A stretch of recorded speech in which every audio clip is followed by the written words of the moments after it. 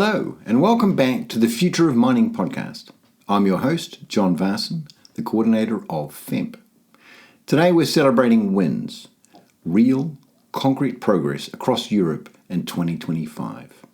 New projects, technology investment, strategic policy moves, and education programs that together are reshaping how Europe secures the critical raw materials it needs for the clean energy transition, mobility, and increasingly for defence. If you're a student thinking about a career in mining or raw materials processing, or an engineer curious about where the next breakthroughs are coming from, this episode is for you.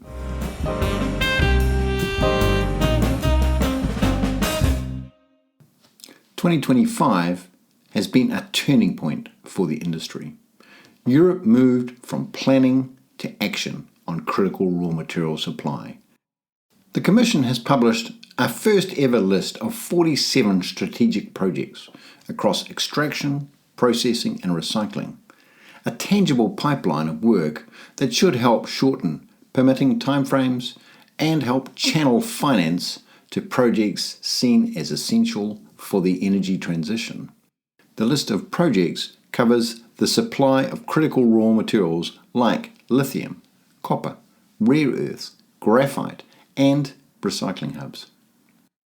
And it's designed to reduce Europe's exposure to single country supply risk, a risk that has certainly been highlighted in 2025. What that means on the ground is that mines and processing plants that have been stuck in permitting limbo are getting a clearer path. With that clarity comes private investment and public backing. On the mine project front, 2025 had a number of high-impact developments.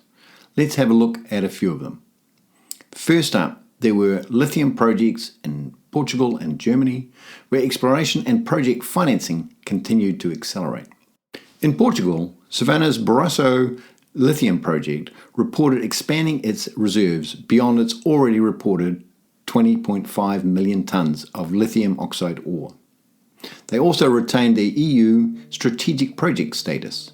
These developments help keep Portugal at the centre of Europe's lithium push. And in Germany, Vulcan Energy secured a $2.56 billion finance package to advance its Lionheart lithium production project. Further evidence that these large-scale projects are becoming more financeable in Europe. Lithium was not the only critical raw material to gain traction in 2025. Graphite has also seen a big win when Greenland's Amitsoq graphite project secured a 30-year exploration permit in 2025. The project is being framed as a strategic European source of battery-grade graphite, the type used in EV anodes. Let's not forget the importance of rare earth elements, where we saw supply restrictions in 2025. Here there were several promising deposits and exploration programs across Scandinavia and Norway that advanced during 2025, strengthening Europe's prospects for magnet metals and other rare earth elements. These discoveries are already being folded into the EU's broader critical materials strategy. Each of these projects has local environmental and social questions to answer. But the basic good news story is that Europe is increasing its domestic pipeline of strategic critical raw material supplies. 2025 wasn't just about digging holes. It was about industrializing cleaner, safer, and in a more sustainable manner. One headline that caught my eye was the European Investment Bank signing off on a €500 million loan to Sandvik to underwrite research and development into battery electric mining equipment, cutting tools, and automation. That's a very visible example of Europe treating mining technology as a strategic infrastructure. Money for electrification, for automation, and for productivity improvements that also reduce emissions on site.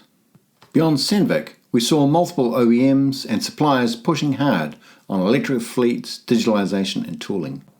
The trend is clear.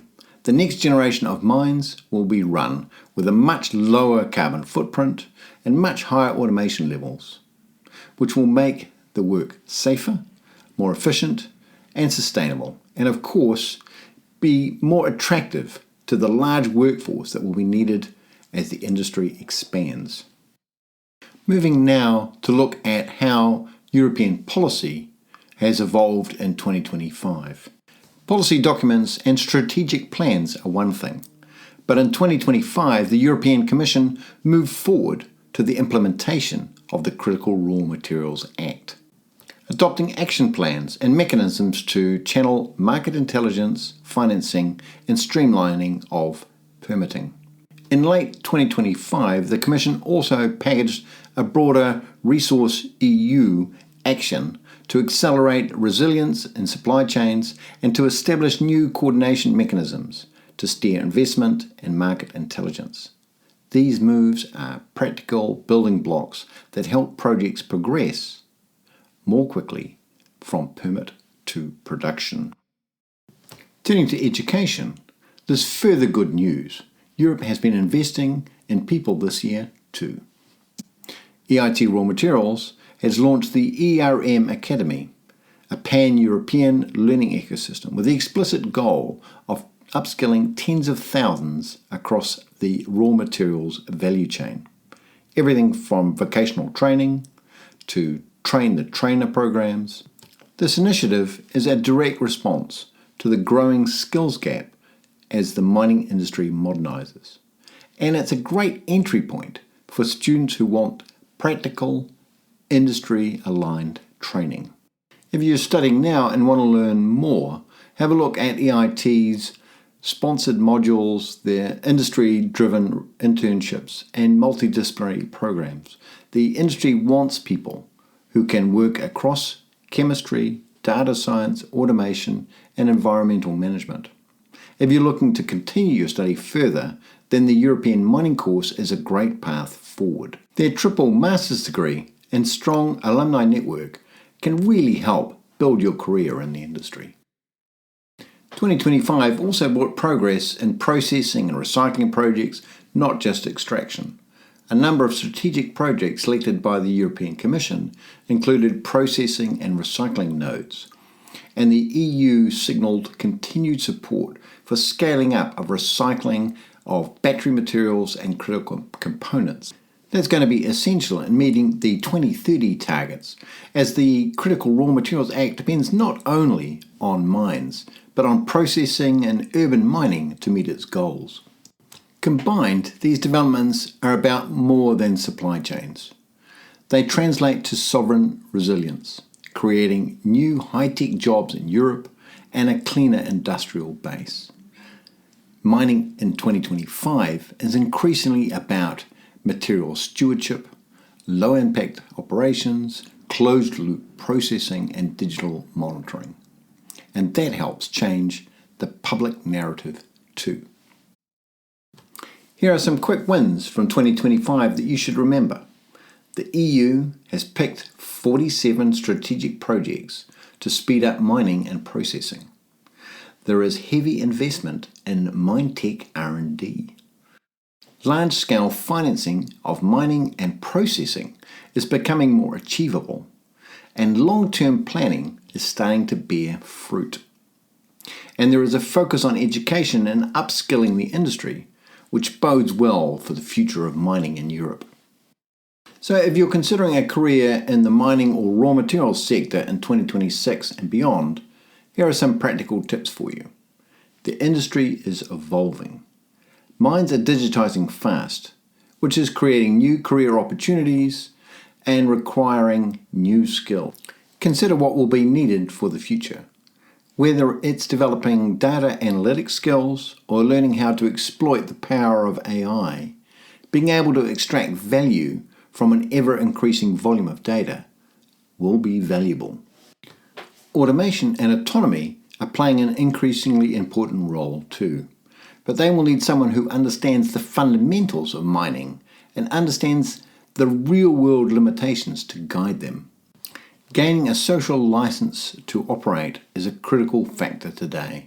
This means mines need a whole new set of skills on their team, from communication skills for community engagement, to understanding how to work through permitting frameworks, to understanding the environmental constraints and how to mitigate against them to ensure a mine can continue to operate.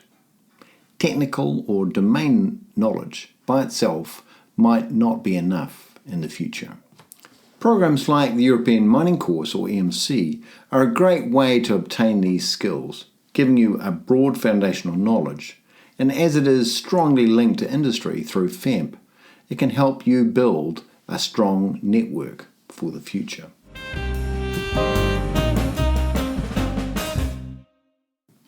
Full transparency. This is optimistic news. It's not a guarantee. Projects still face social license, permitting hurdles, commodity price violations, and technical risk. Good news in 2025 is that the tools to address these policy, finance, and technology are more aligned than before. And alignment increases the odds of success. But before we close, let's take a quick, clear look at the hard numbers for 2025, where Europe is producing its raw materials, what Europe needs, and how big the gap still is. Europe in 2025 still meets only a small share of its own demand for most critical raw materials. The Joint Research Council, RMIS, and the European Commission all make this plain. The EU remains heavily import dependent for things like lithium, cobalt, nickel, graphite, and processed rare earths. The Commission and industry targets exist precisely because this domestic production is currently so low.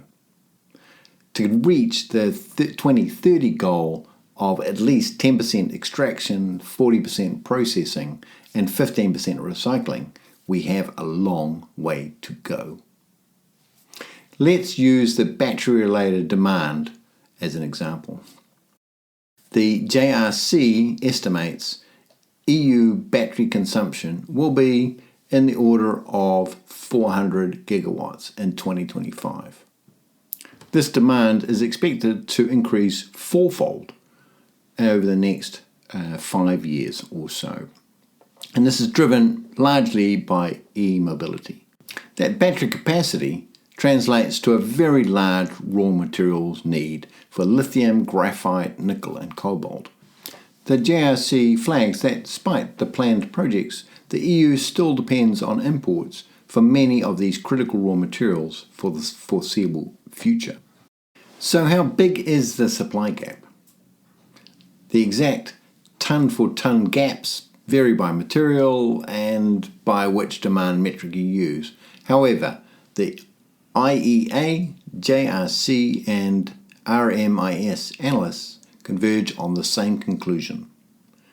In 2025, Europe produces only a small percentage of the critical raw materials it consumes, often just single-digit percentages of the processed products, and is slightly less than the 2030 policy target. In short, 2025 equals a reliance on imports. While projects approved or financed in 2025 improve our future prospects, they do not come close to closing the supply gap just yet. That gap, our large import dependence today, is what's driving the wave of exploration, strategic project selection, recycling hubs, and financing we've discussed in this episode. Closing this supply gap will take time. New mines, new processing plants, new recycling scale-ups, policy support, skilled people, and that's why 2025's good news on projects, loans, and education matters so much.